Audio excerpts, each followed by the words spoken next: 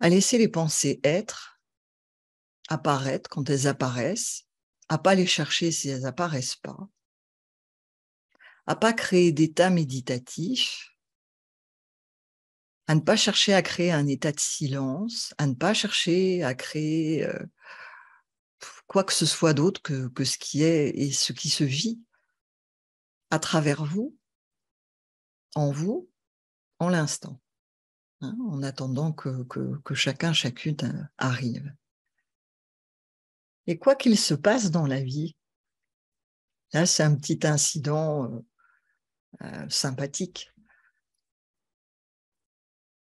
Ce qui est toujours. Et on a tendance, à notre époque, parce qu'il y en a certains qui le savent, je suis rattachée, on va dire, je ne sais pas comment dire, intérieurement, par l'esprit, à une Égypte que je suis absolument incapable de dater, hein, en termes humains. Et on peut dire que cette connaissance est vivante en moi. Et pourquoi je vous en parle? Parce que justement, en cette époque euh, égyptienne, que je suis incapable de dater, il n'y avait pas encore de scission entre la vie quotidienne et la vie dite spirituelle. Il n'y avait pas de scission dans les esprits, ça n'existait pas. Et cela change tout. Et cela était, je dirais, beaucoup plus simple qu'à notre époque, où justement, pendant très longtemps, les chercheurs spirituels, les cheminants, quelle que soit la voie empruntée, sont bien embêtés avec la matière, avec la vie quotidienne, avec qui ils croient être, hein, avec le personnage. Et en cette époque-là, on va dire, en ce lieu-là, hein, terrestre, en Égypte, cette problématique n'existait pas. Non pas qu'il n'y avait pas de personnage, il y en a toujours eu, il y avait un mental, bien évidemment. Mais la scission n'existait pas.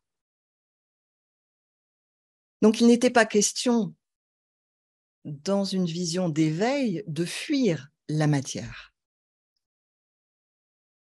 Le quotidien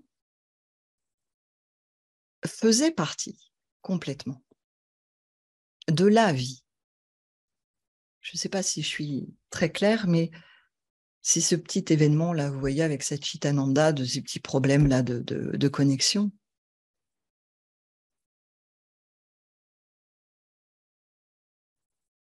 Qui m'évoque cela.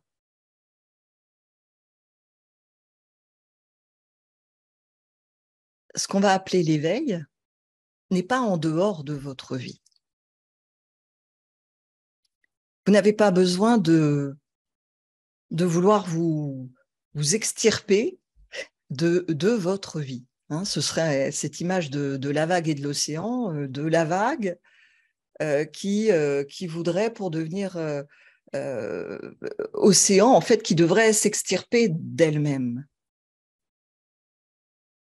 Mais un océan sans vague, c'est ce qu'on va appeler vraiment, oui, cet état de Purusha, représenté en yoga par Shiva méditant, qui serait comme un lac plat. Mais la vie n'est pas que conscience, la vie n'est pas que un lac plat, et les vagues, tout ce qu'il se passe dans votre vie n'est pas du tout un frein à ce qui est, fait totalement partie. Et l'éveil, ce serait ça, en fait, c'est réaliser qu'il n'y a jamais eu de scission, qu'il n'y a jamais eu de problème, qu'il n'y a rien à atteindre. La vague n'a pas à aller chercher l'océan. Non. Voilà. Bon, je ne sais pas si ça vous évoque quelque chose, ce partage lié juste à l'arrivée de ces soucis de connexion qu'on a eus. Et voilà. Bah, si vous souhaitez que nous échangions, si vous avez des partages ou des questionnements, je suis tout à votre écoute. Donc, lorsqu'il y a une personne qui veut parler, attendez pas qu'on vous donne la parole. Vous activez votre micro, c'est en bas à gauche, et puis vous exprimez. Voilà. Bonjour Swamima Shakti, ravie de te Bonjour Claire. revoir. Et bonjour à tous et à toutes. Ce dont tu viens de parler, c'est exactement ça. Et d'ailleurs, on en avait parlé lors de la retraite. C'était vraiment d'être voilà, en symbiose avec justement cet état, j'aime pas trop le terme, mais spirituel, on va dire, voilà, ce dont tu parlais juste à l'instant, et parfois d'être complètement déconnecté, de revenir dans la matière, voilà, de façon, on se dit, ah mais mince, oui, oh, voilà, que ça soit pas une harmonie. Il y a des moments où j'aimerais qu'on soit plus que je sois plus en harmonie avec Alors, les. ça c'est impossible. Ah, c'est le personnage qui parle. C'est impossible parce que ce qui dit je voudrais que, c'est le Oui. personnage. En plus, j'en suis consciente. Voilà. Donc, une fois que tu en es consciente, c'est extrêmement simple. Et là où ça devient impossible, vraiment mission impossible,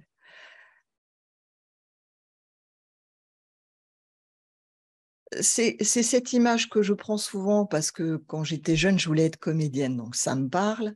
Et puis, ça parle à beaucoup, beaucoup d'instructeurs. C'est cette image justement du personnage, du comédien qui va interpréter un personnage, qui va jouer un rôle.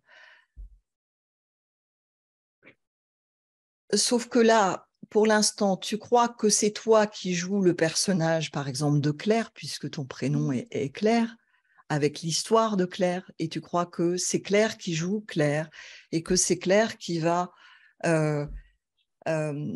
qui assimile ce qu'on va nommer sous le terme d'éveil, et c'est... Voilà, faut un mot, mais ça ne définit pas, rien ne définit ce que c'est. Et ça, c'est impossible. Quand j'étais jeune, le premier rôle qu'on m'avait donné à interpréter, c'était Antigone. Le personnage de Christine interprétait le personnage d'Antigone. Mais jamais Antigone ne va devenir le comédien, la comédienne. Et là, dans cet exemple du comédien et du rôle, le comédien, c'est la vie. C'est la conscience-énergie, c'est la vie. C'est cet océan, pour prendre cette image de l'océan et de la vague. La vague, elle provient de l'océan. Mais d'elle-même, elle ne va pas pouvoir accéder à l'océan. Elle n'a rien à faire. C'est impossible que la vague devienne l'océan. Ce sont des images. Donc, je dirais la seule chose à faire, c'est de voir le jeu du mental. Parce que tout ça, tout cet univers, toute cette manifestation, et je ne parle pas que de notre vie en tant qu'individu, c'est une création de l'esprit, mais qui n'est pas de l'esprit humain, qui est de l'esprit de ce qui est, et qui se manifeste. Et la difficulté, c'est lorsque, dès l'instant où nous en faisons une affaire personnelle. Et le personnage, c'est Antigone qui dirait moi, je vais faire tout ce que je peux pour atteindre l'éveil représentant pour le personnage d'Antigone la comédienne qui l'interprète. Je conçois complètement. En plus, oui. Donc, une fois que c'est vu, ne t'agrippe pas au mental, ne t'identifie pas à ça, ne saisis pas toutes les pensées qui vont venir derrière. Les pensées, elles apparaissent. Elles font partie de l'histoire du personnage, de l'histoire d'Antigone. Le script est déjà écrit. Le script d'Antigone, de Claire, est déjà écrit. Sauf que tu n'as même pas à jouer la vie de Claire. C'est juste ce qu'on va appeler surrender, se pousser, être en paix. Voilà. Mais qui n'est pas je développe la paix. C'est pour ça que je vous disais au départ, ne cherchez pas à créer un état de paix. Votre connexion Internet est instable. J'espère que vous me recevez. Cherchez pas à... C'est pas une paix qui est à cultiver, que vous avez à créer ou que vous avez à aller chercher. Hein, cette paix, on va dire que c'est l'océan qui est toujours là. Même si la vague est tumultueuse, même si l'océan va paraître déchaîné parce qu'il va y avoir des vagues énormes. Moi, j'ai jamais vécu ça, mais j'ai déjà vu des films où les vagues sont immenses, immenses. Mais l'océan est profondément calme dans sa nature même. Et c'est cela, ta véritable nature.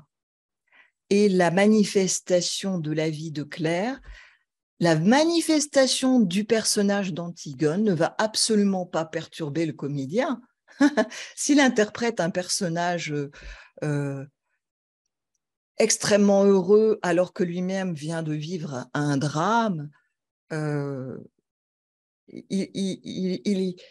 ne sera pas perturbé plus que ça, profondément, ni par la joie, ni par le malheur de son personnage, et les deux peuvent être en porte-à-faux. Il n'est pas le personnage. Et l'océan n'est pas les vagues. Et pourtant, les deux ne font qu'un. Voilà. Et tant qu'on voit une scission et que le mental arrive et dit mais je n'y arrive pas, tu es scotché juste dans Claire, le personnage Antigone qui essaye d'être le comédien. La vague qui dit mais je voudrais tellement être l'océan. Tellement juste, oh, c'est tellement juste, oui. Donc, juste, est-ce que c'est possible juste pour toi? Là maintenant, hein, Claire, puisque tu es là, tu t'es déplacée jusqu'à ton ordinateur, tu es présente, tu pourrais faire autre chose. Il y a des milliers de choses à faire fantastiques sur Terre, tu es là.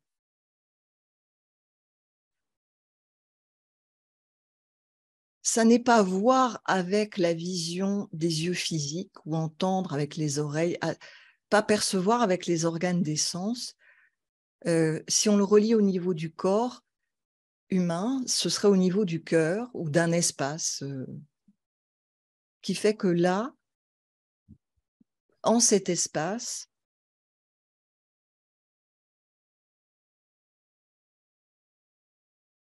tout est vu, perçu, pas avec les organes des sens. Le personnage est perçu, les pensées se manifestent et cela est, tout simplement. C'est extrêmement simple. Je partageais dans le satsang la fin, je vous le mets petit bout par petit bout, le satsang qu'il y avait eu à Argenton. C'est aussi simple. Là, je vous partage une expérience parce que j'essayais, on essaye toujours de trouver des exemples qui peuvent à un moment vous parler. En tant que comédien, quand tu interprètes un rôle, tu n'as pas besoin de te dire je dois me désidentifier du personnage ou de ma vie parce que c'est tellement bien quand je suis en paix. Hein, tu partageais tout à l'heure en disant parfois je suis connectée en phase avec je ne sais plus quel terme exactement, tu as parlé d'univers spirituel ou d'espace spirituel. Oui, enfin oui. Voilà. Mais à d'autres, je suis déconnectée. Mais le comédien n'a pas à se dire tout ça. C'est vrai, c'est tellement juste. L'interprète, c'est très simple. Et c'est pour ça, faites très simple. très, très simple.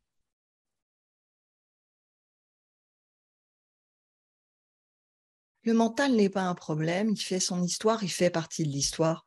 Il permet que tout ça aussi se déroule. Le corps n'est pas un problème.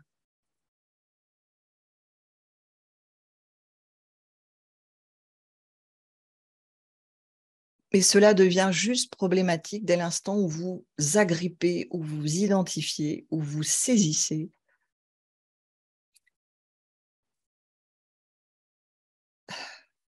le mental, mais et ses croyances qu'il y a une scission, que la vie, elle est scindée. C'est comme si vous vous dites, non, mais il y a les vagues d'un côté, il y a l'océan de l'autre. Et moi, je ne veux que l'océan. Et bien souvent, l'éveil, actuellement, en tout cas en cette époque, c'est beaucoup ça. C'est-à-dire, on ne cherche que la conscience. Et il y a une tendance à vouloir fuir la prakriti, à être perturbé, embêté par l'énergie, par le mouvement. Le nombre de personnes qui ne vont pas être en mesure d'être en paix, ce qu'on va appeler méditation, en marchant, en peignant, en parlant, et où on recrée encore une scission en s'isolant dans une pièce à part. Et je vous dis cela parce que je connais bien, hein. J'ai été enseignante de yoga, j'ai été formée dans un yoga avec une vision très traditionnelle, des pratiques très traditionnelles, et c'est voilà, dans la vie de mon personnage, c'est l'histoire de vie d'un personnage. Ce personnage a eu une certaine expérience d'éveil qui a fait que tout ça, tout s'est écroulé d'un coup. Et il y a eu un temps où le poisson, il savait même plus nager parce que il a dû trouver par lui-même qu'en fait, il n'y avait aucun problème. Et que ce qui est totale liberté et qu'il n'est que liberté. Véritablement. Voilà, un autre mot pour dire notre véritable nature est libre. Mais le personnage ne sera jamais libre. Antigone ne sera jamais libre. Le script d'Antigone est déjà écrit. Donc Antigone, le personnage, vous cherchant l'éveil, cherchant la liberté à partir de votre centre égotique qui se vit coupé, ça ne fonctionnera jamais. Vous aurez des expériences. Une expérience d'éveil, si ça fait partie de votre script. Ou au moins des expériences de grande joie, de grand bonheur, de grand silence, mais qui ne dureront pas. Parce que c'est dans un univers scindé, coupé, et où ce qui se vit est toujours analysé avec une notion duel. Il y a le bien, il y a le mal, il y a ce que j'aime, il y a ce que je n'aime pas, plutôt que d'être vécu pour l'expérience elle-même. Il y a une grande beauté, une grande une inspiration. Enfin, vous pouvez vraiment expérimenter même un état de samadhi rien qu'en sentant une odeur ou du feu de bois, j'ai une cheminée derrière, ou d'un petit plat qui mijote, sans que le mental interfère, sans qu'il y ait toutes les explications. Ah bah oui, mais j'ai cuisiné un gratin d'aubergine, nanana, nanana. Juste être totalement dans cette expression. Hein. Ça, c'est ce que j'ai appelé le Boga Yoga. Mais ça, vous pouvez le vivre tout le temps. Il n'y a pas besoin d'aller pratiquer dans un endroit spécifique, d'utiliser des pratiques spécifiques. Donc, clair, juste. La vie, le mental, il est là. Et surtout, je dirais, d'ouvrir le cœur. Voilà. Ce n'est pas par le mental que j'essaye de trouver des mots et d'aider. Ce n'est pas par le mental. Vous pouvez comprendre, on pourrait se rencontrer même tous les jours pendant 10 000 siècles, hein, tous les jours à la même heure, et parler de l'éveil sans que vous le viviez. J'en suis bien consciente, mais ça revient comme Voilà. oui, ça. Et donc, quand ça revient, vois la vague qui revient. Et d'où Oui. part, tu comprends, là, rien que dans ton mouvement, ça revient, ça se perçoit que ce serait le personnage d'Antigone qui dit « Ah, bah oui ». Mais ça fait partie du rôle, tu comprends? Il y a c'est pour ça qu'en Égypte, ils travaillaient beaucoup avec les consciences énergies, ce qu'ils appellent des Nedjers, que nous, on va traduire par le terme de Dieu. Mais il faut trouver des mots. Hein, voilà.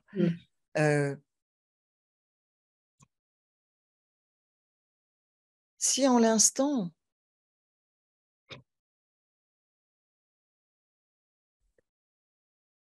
la présence être de l'océan n'est pas pour toi, n'est pas vérité, alors l'invitation, hein, c'est de réaliser que tu es animé par des consciences énergies. C'est-à-dire que tu n'es pas à la source de ta vie, de ta manifestation, de ton script, de ton histoire. Et c'est pour ça que je partage aussi, là dans l'année, je vais beaucoup partager sur le karma yoga, parce que nous qui sommes dans le monde, et c'est une voie dès l'instant où cela n'est pas une évidence, là, en l'instant, pour chacun de nous. Pourtant, Voilà. ça l'est pour moi malgré tout. Ça l'est. Bien sûr, ça l'est en arrière-plan, mais juste pousse-toi. Complètement, Parce que complètement. de toute façon, ta vie, elle va se réaliser. Voilà. Et lorsqu'on commence vraiment à se détendre, du coup, à plus avoir à porter le poids de sa vie, le poids des décisions, le poids des responsabilités,